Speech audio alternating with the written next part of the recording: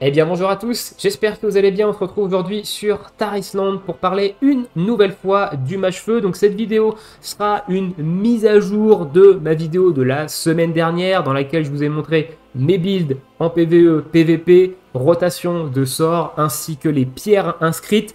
Il y a eu des petits changements depuis cette vidéo. Donc déjà on a gagné un petit peu en opti, il y a certains paliers de statistiques qui se sont débloquées, ce qui permet d'ouvrir d'autres possibilités également au niveau des talents et au niveau des builds. On a également plus de points de talent, hein. On en a 32 aujourd'hui et j'en avais environ 27-28 de souvenirs dans ma vidéo de la semaine dernière.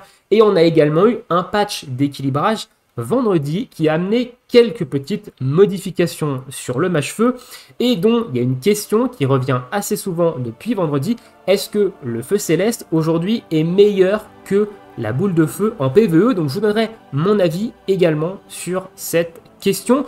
Je vous mettrai les timecodes en description. Je rajouterai d'ailleurs à la fin une petite section statistique de stuff, hein. Je vais vous orienter un petit peu sur les statistiques que je trouve le plus intéressant à aller récupérer sur les différentes parties de stuff. Voilà, écoutez, sur ce, c'est parti. Avant de commencer, j'aime bien faire ça, petit disclaimer, hein, évidemment, ici je vous transmets mes impressions par rapport au mage feu. Je n'ai pas la science infuse, je n'ai pas la vérité vraie non plus, c'est ma façon de voir le mage feu. Évidemment, j'ai discuté pas mal avec différents mages feu, j'ai regardé aussi ce qui se faisait à droite à gauche et j'ai un petit peu adapté aussi par rapport à mes tests et par rapport à ma façon de jouer. Donc ne recopiez pas bêtement le build de tel ou tel joueur, inspirez-vous-en plutôt, faites vos propres tests de votre côté et vous verrez que vous apprendrez bien mieux à jouer votre classe et que vous serez bien plus efficace. Ensuite,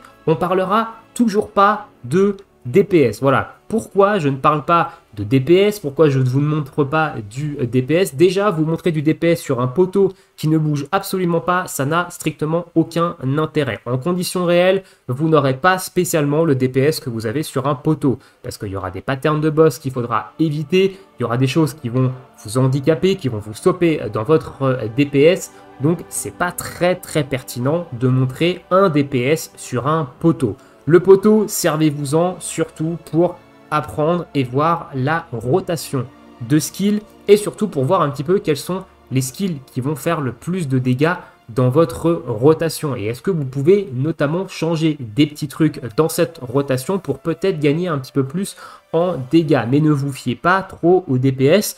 Comme j'ai dit, on est encore en phase d'optimisation. On est passé niveau 40 mercredi de la semaine dernière. On n'a pas des stats giga opti. On fait avec ce qu'on drop. C'est assez long.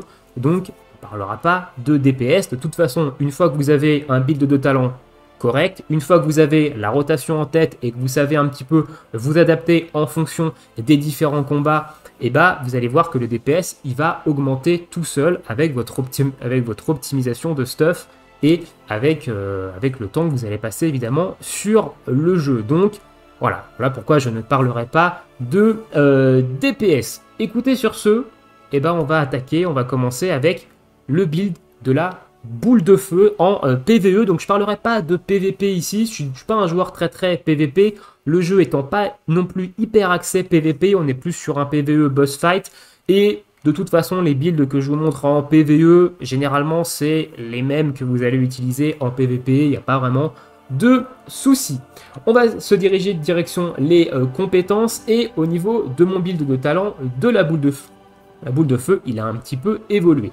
On a récupéré du coup plus de points de talent, on en a aujourd'hui 32, donc on est allé récupérer les 3% de critique que je n'avais pas la semaine dernière dans mon build, hein, qui va permettre de encore augmenter votre optimisation. Donc là, à ce moment-là, je les trouve un petit peu plus intéressants que la semaine dernière où je préférais aller chercher plutôt des pourcentages de dégâts étant donné que j'avais peu de critiques sur mon stuff, peu d'opti à ce niveau-là, je trouvais pas très pertinent d'aller récupérer ces 3% de crit. Maintenant qu'on est un petit peu plus évolué et qu'on a surtout un petit peu plus de points de talent, pourquoi pas aller récupérer ces 3% de critiques. Donc je suis allé les récupérer. Il y a pas mal de points qui n'ont pas du tout bougé. Néanmoins, j'ai enlevé ces points-là, donc ces 3 points-là, la bombe de chaleur qui fait que vous avez 50% de chance d'avoir une tornade de feu instantanément qui freeze en fait le compte à rebours de la bombe de chaleur pendant 1 seconde.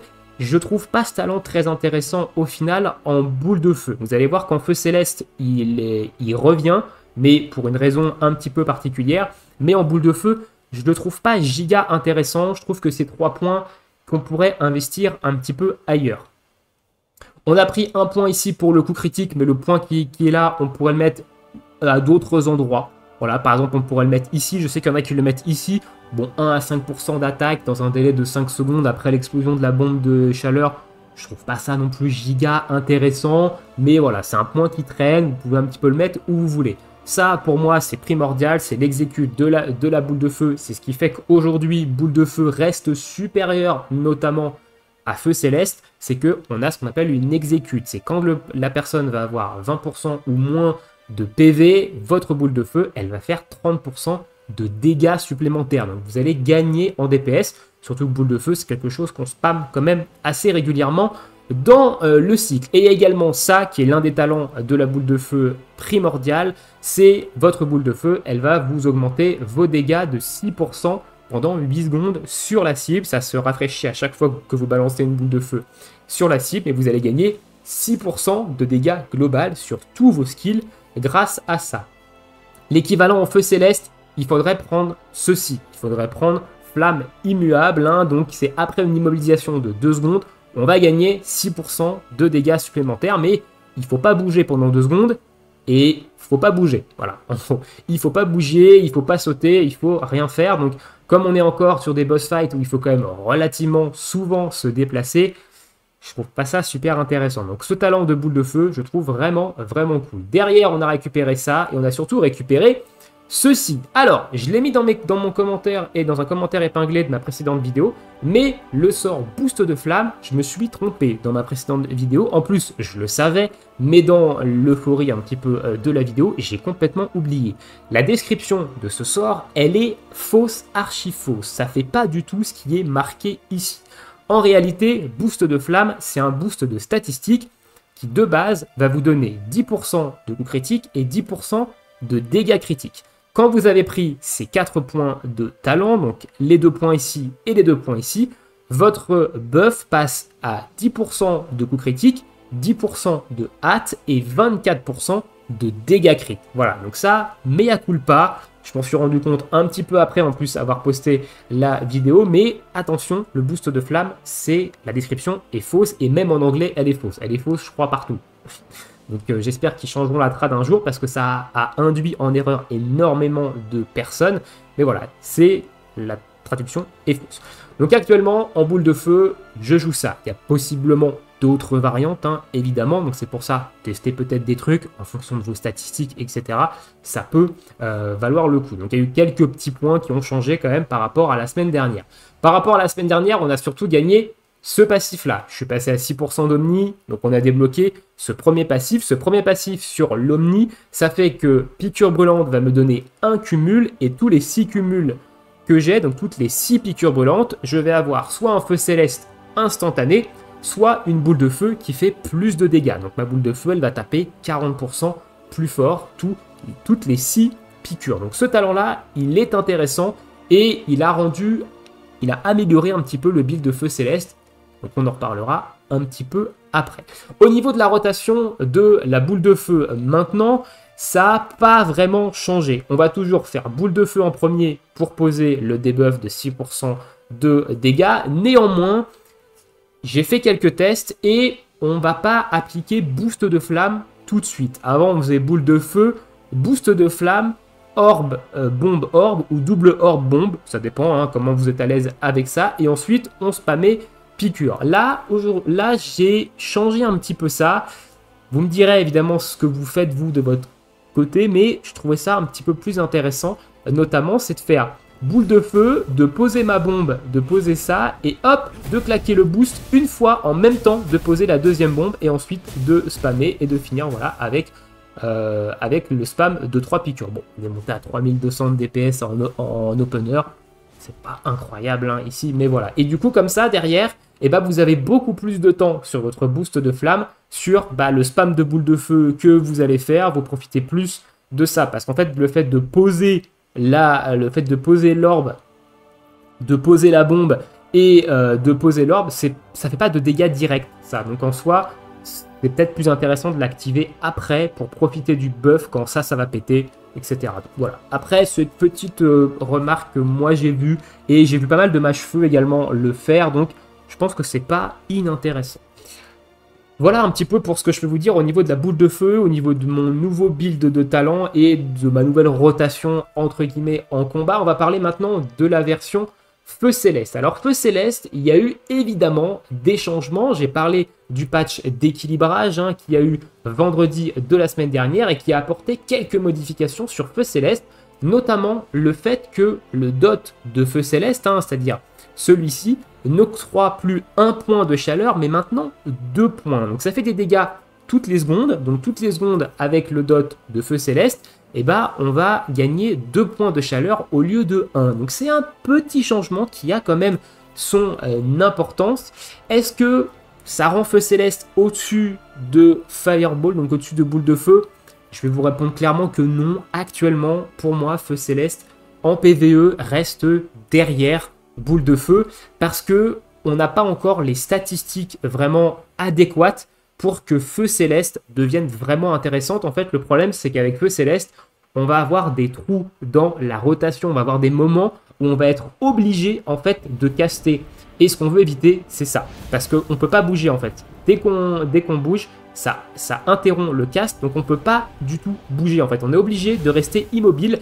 Et on a quand même pas mal de combats dans lesquels il faut bouger, dans lesquels il faut éviter les différents patterns. Prends par exemple le malus des royaumes arcaniques actuellement, avec les bourrasques devant, il faut sans arrêt se replacer pour éviter d'avoir des cooldowns très très longs.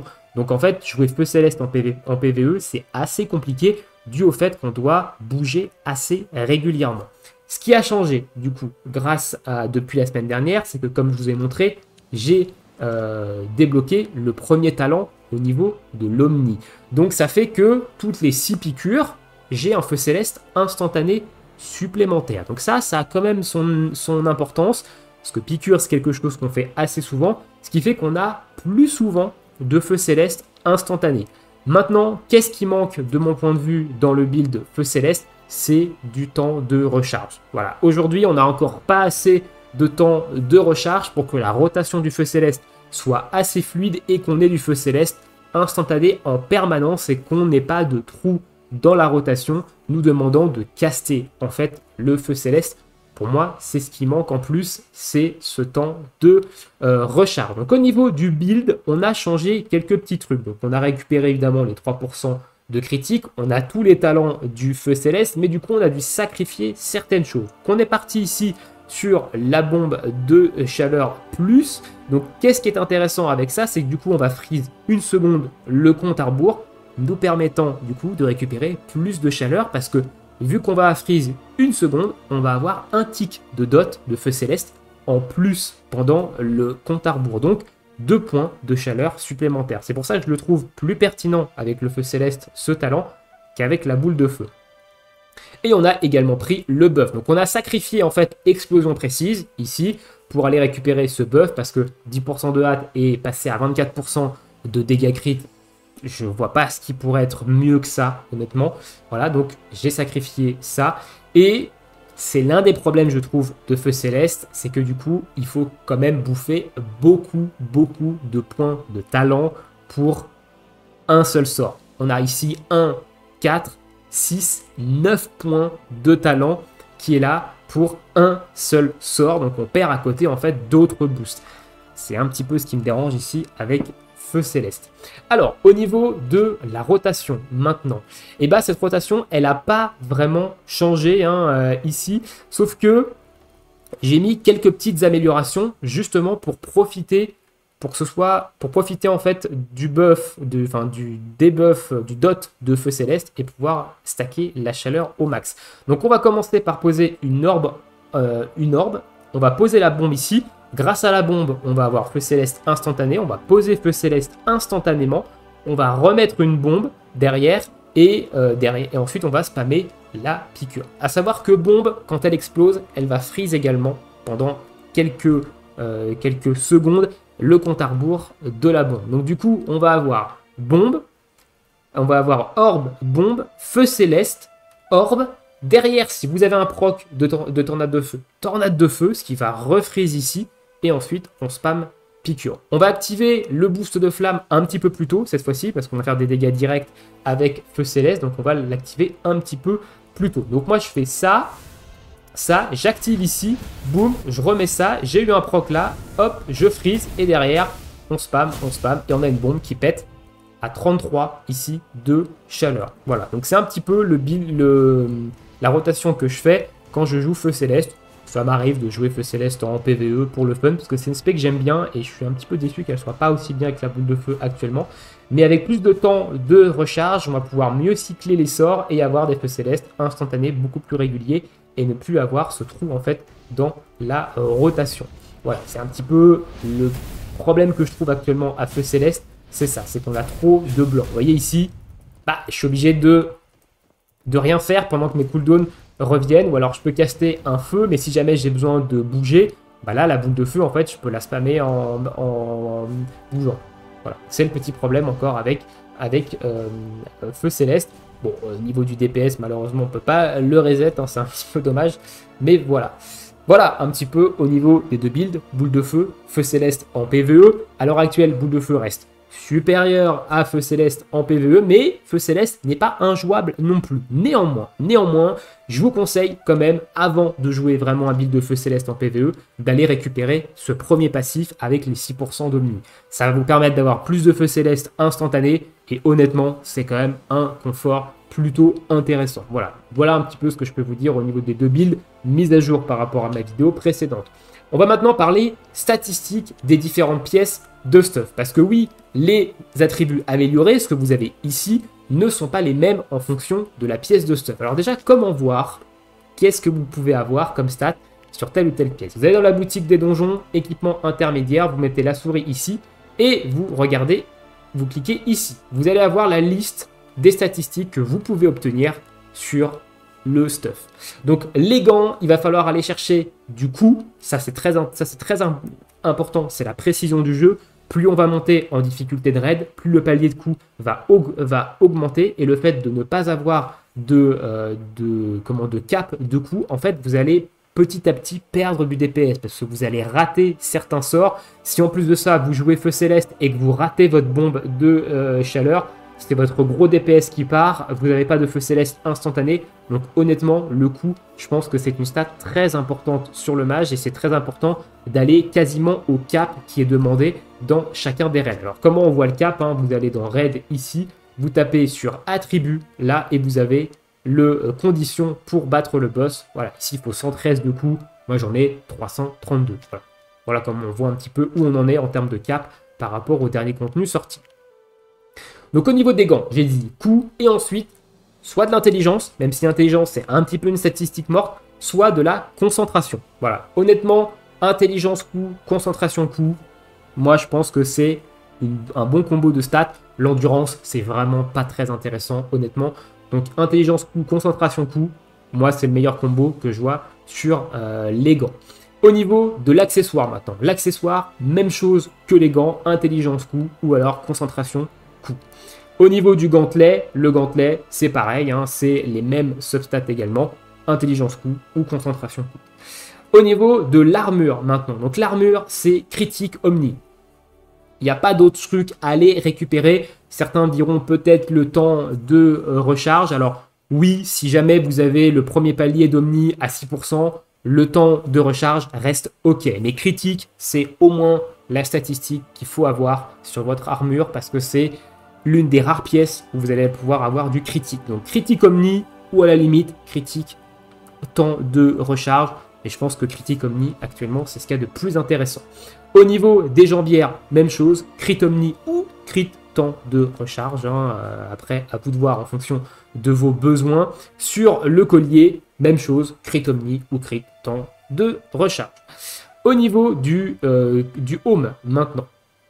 Donc le home, vous allez avoir intelligence omni ou temps de recharge. Donc c'est intelligence omni ou intelligence temps de recharge. Personnellement, je vous conseille intelligence omni Voilà, après intelligence, temps de recharge, ça marche aussi, hein, et comme combo de stats. Les bots, même chose, intelligence omni ou intelligence temps de recharge. Et l'anneau, l'anneau c'est omni ou temps de recharge. Non, je me suis même trompé, my bad. Ici, c'est omni temps de recharge qu'il faut, l'intelligence c'est aux F tiers. Voilà, my bad, c'est vrai que j'avais pas fait gaffe, et c'est omni temps de recharge qu'il faut aller récupérer. C'est vraiment les pièces où vous allez avoir ces deux stats là, donc il faut profiter. Omni temps de recharge, c'est le meilleur combo de stats que vous allez pouvoir avoir sur ces stats là. Prenez pas de l'intel, c'est pas fou. Donc les bots, pareil, omni temps de recharge, et ici omni temps de recharge sur l'anneau. Pour moi, c'est ce qu'il y a de beaucoup plus intéressant.